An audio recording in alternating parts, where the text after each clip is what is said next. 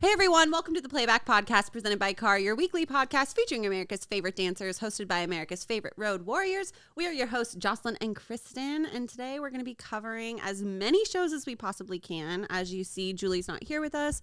She had a little bit of an injury, but she'll be good, ready to go for this upcoming weekend. Just needed to give it a little bit of rest. So it's just the two of us, and we got Nate, as always, over in the corner. But yeah, wow. How are you? I feel like I never get to sit next to you. I know. It feels weird holding your hand.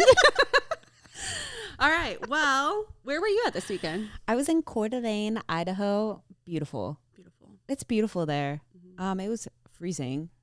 Our Tellier actually did a cold plunge at the end of the weekend in that lake. Stop. I don't know why you would ever do that. Do you guys have video of that? Yeah. Oh, throw it in right here. He's going to hate it. Can't wait. I'm just going to kick things off right away. Act 462, Lullaby of the Siren from Artistry in Motion. I was excited to see them because I've heard great things. This soloist was insane. Her feet, stupid. Arches, insane. She was a beautiful performer. She won first overall Elite Soloist 15 to 19. Big fan. She went out on stage and I kid you not, like me and Pat were down at the table, jaw dropped. I looked down at our judges, jaw dropped. And afterwards, they all looked over at us like, did you guys just watch that soloist? Because that was beautiful. It was such a breath of fresh air. She kind of reminded me of, not Coco. Who's the other soloist from Triple Carrie. Threat? Carrie. Like, stunning lines, beautiful performance the whole time. And I was just like, oh, I want to see you do another solo. But she only had that one. So I was pretty bummed out. Yeah. She was great. And she got first overall. First overall and title too. Crushed it. Crushed it. Big fan. Want to see her again. So if you guys go to any other shows, let me know. I popped by the CAR Lakewood show in Southern California, and I was only there on Saturday, so I'm sorry if I missed your performances. But I saw this new studio that I've never seen before. They're named Solid Gold Dance. And wow, I was impressed. From the one routine that I saw of them, they had these really cool leotards on. Act 213, I Surrender from Solid Gold Dance. First, I wish I knew the girl's name, but their main girl with the curly ponytail, that's what I kept calling her, the girl with the curly ponytail.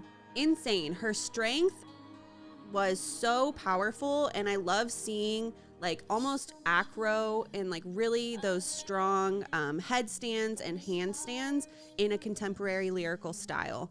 I think it's really challenging to throw those in and not make it look like I'm doing this athletic thing. Yeah. To make it look so seamless, so graceful is really impressive to me. And just the entire group in general was so stunning with their lines, their turns. It was so clean. And for being this early in the season to have clean rotations and everything like that with your turn sections, it's impressive because you haven't been practicing that long. So I was just very, very impressed. I made sure that I watched every single one of their other routines that I got the chance to see for the rest of the evening. But yeah, I was just so impressed by them. So I'm excited to see more performances from Solid Gold Dance. Hope you guys had a great weekend with us, and I'm looking forward to seeing more from you. One question. Answer. Were you impressed? We'll just put a tally mark at the bottom every time you said. I'll talk about Easton. He had his solo there, and he got a power performance, actually. And I mean, it was choreographed by our convention teacher, Kaylee Carr, which could have guessed because the costuming Oh, okay. was overalls. Nice. You know, There yeah, we go. overalls over a He hoodie. needs a little hat with a feather in it to like. He had a hat, but not with a feather. Yeah, power performance. So awesome, great job to Easton. We always like watching him, especially like tap mics, all that stuff. Oh, yeah. So shout out Easton, great job, power performance, first overall. Easton's from Acapricio out in Nebraska, and I just want to give them a quick shout out that Jennifer Kinsey and the team over at Acapricio just donated over $16,000 to Dancers Against no Cancer. way. What? Yes. Okay, so that's Yes. like That's like really when? cool. So that this literally year? within the last month, yes. Oh, so they're Hope Studio. Yes, they've been a long time Hope Yeah. Studio every single year. But like, what Um, status does that make them? Because like 1,000 is like the main, and Yeah. then isn't there tiers? They're platinum right now. Whew, man, so am I. Platinum Upgrade- Delta. Yeah, except miss Dang. my flight. But yeah, other than that. Yeah. I don't want to talk about it.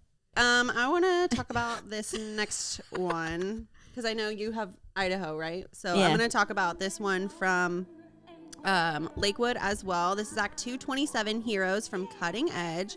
This is a first overall winner of our primary small groups. And I just want to preface this with, I saw this routine earlier this year, and these kids nailed it this weekend. Really? Yes, you can tell they were working on their lines, working on their timing.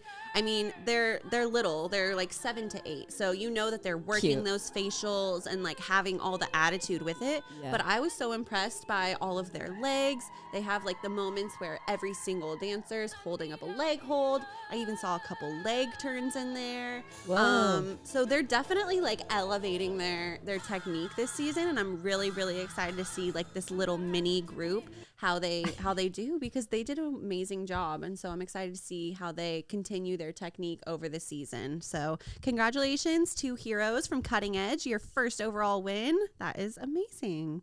The next one I want to talk about is Act 423, Money from Dance Motions.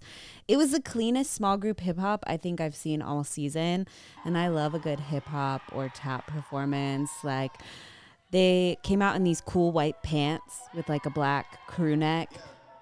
So good. From the moment they walked out, I knew it was going to be good, and Idaho had some really good hip hop, from solos to duet trios, small groups, large groups, lines.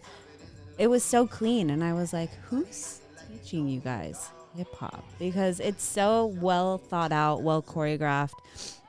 I loved it. They sat in the pocket really well. That was one of my notes that I wrote down, because I feel like sometimes it's difficult to find that pocket in the music, and they excelled in that completely throughout the entire routine. And I was like, they're good. And Pat was sitting down there too, and you know, he loves his hip hop performances, and he's like, you write that one down? I was like, yeah, I wrote that one down. He's like, talk about it on the pod. I was like, you got it, Pat. Don't worry. I saw a really good clip of, you guys know Megan Sannett. She teaches over for Tremaine. We can put in the clip. So I need you to think of when you're dancing, arriving fashionably late. Like, have you ever gone to a birthday party, like been invited to one, and you show up early? You have like a present, and the present table isn't even set up yet. They're still like, you know, putting the hors d'oeuvres out, cheese. And it's really awkward because they want to like say hi to you, but like they're busy because you're early. It's awkward, right? You want to get to the party once it's like bumping already, like people are already on the dance floor, you know, the pizza's here. You're like, oh, party? Yeah, great. That's what you want to do with musicality. You want to arrive there once it's already happening, so you are the music, rather than getting there early and making it awkward.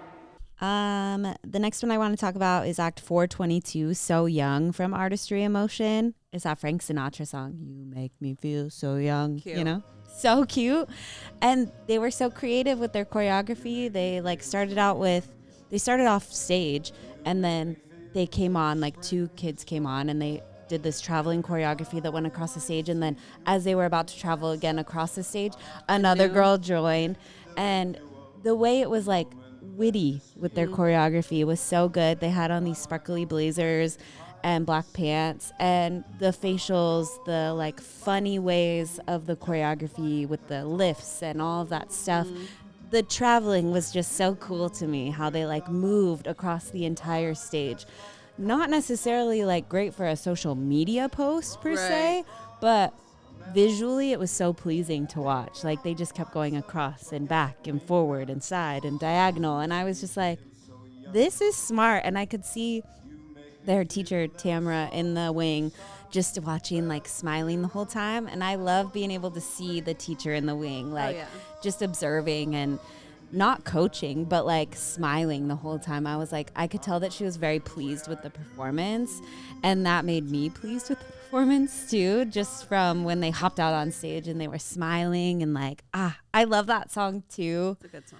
So it was just very well done, and I believe they got an IDA nomination as well, and completely deserved. Like, that was a really great performance. That sounds like really innovative. Like, and it would stand out when you're watching 500 dances over the weekend. That to me, I'm already picturing it, and I want to see more of it. So I was not in Stafford, Texas. However, I want to talk about Act 361, Dope from Republic Edge. First overall elite small group, 15 to 19.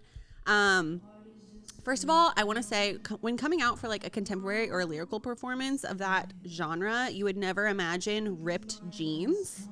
Interesting. And they were repping ripped jeans. So Whoa. already when I saw the video, I was like, okay, this is going to be cool. They had a couch, which we love a couch dance. We love a prop. We love when they actually incorporate it into their choreography. But I just loved like the simplicity of it, if that makes sense. It was so simple, but also like the technicality of their timing was so beautiful. I love how Republic Edge uses their group dynamics. So there's always, it's not just one thing going on. There's always a lift or a couch rotation or something like that. And I feel like also their seniors are so equally good at being a soloist that there's always those moments where they pull forward and have like a crazy cool leg or a cool little turn combination.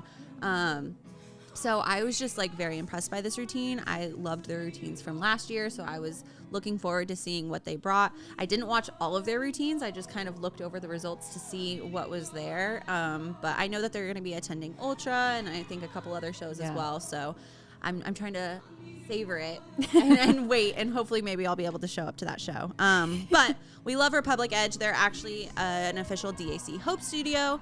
And just this past month, they donated $8,500 to DAC. Wow. We have, I know. What do these people do? They specifically did like a dance like turnathon, which it's so easy to do when you really break it down. Yeah. And they raised so much money. We have one of our DAC ambassadors, Miss Reagan Chittum, that attends there. So this whole past weekend in Stafford was just, I was hearing from our director, Megan, and our AD, Cheyenne, how good the DAC energy was. They said that that's awesome. they were selling out of stuff. They just, in general, the Pink Bucket donation dance, they did the Advocate Dance Challenge for our Hope Story who passed away. So they were just really all about that community vibe the whole weekend long. And I think that's why I love going to Texas, because I feel like they always have such a good energy. They're really always supportive. Yes, they're supportive of everyone.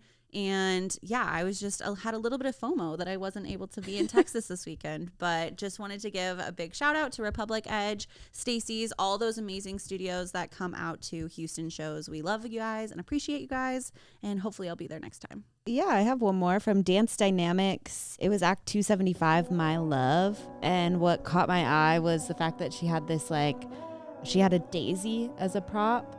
And I thought that was really unique. She had a interesting movement quality about her. Like she did this leg moment where it was almost like a wave to the leg. Oh, Does that make sense? And I was like, ooh, that's cool. Because I feel like that's really hard to do as a dancer. So I thought that movement quality was really cool. And she had really great technique as a dancer. And that was like, when she got on stage and did her solo, I was like, oh, she's cool. So I got really excited about her. I'm not sure of her name, so I apologize in advance. And I'm not sure where she placed, but she caught my eye. And I feel like when you're down at the table for that long, I was emceeing this weekend. When you see a dancer that catches your eye, it's really exciting and it keeps you focused and engaged in every act after that. So I was excited to see her. She did a really great job. I think that she placed in the top 5. But she was wonderful to watch. So kudos to her. My love from Dance Dynamics. all right, guys, we've got shows coming up this weekend. We got Car, Ultra, Rainbow. We also have a DAC Hope Studio event over at N10 Studios in Irvine. So we're going to have an awesome weekend filled with content for you guys. Make sure you're following us at Playback Podcast, Car, Ultra, DAC, and Rainbow. Can't wait to see you guys out on the road. Make sure to come say hi. Thanks for watching.